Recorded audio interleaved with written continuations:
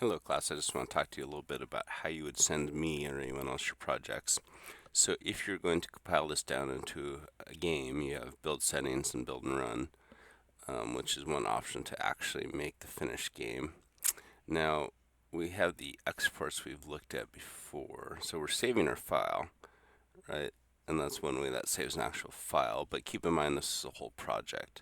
So one thing you can do, if you go to assets, you can export package, select dependencies. This shows you all the dependencies, all the dependent files that have to travel along with your main file. And export package is going to take all those dependencies, as you can see here, our animations, input systems, our scenes, characters, materials, and include dependencies. You want that checked all. And then if you hit export, that is going to make a little file that is just a Unity package of all your stuff. So I'll make one here. Okay, so there I have Unity package.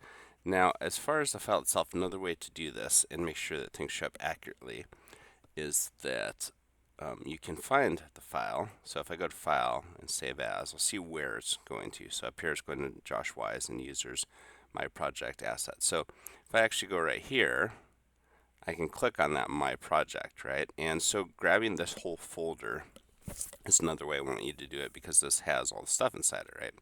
So I could go in and find that same spot here, so I know it was in Joshua Wise.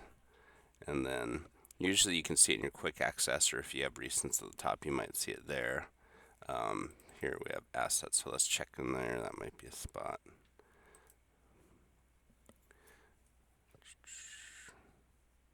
My project 87, etc. So these you'd send the whole file. Like if I said email me a file or put it in Google Drive, for instance, like upload it, you could grab this whole file and drop it in, and inside that is all the stuff for your project, right?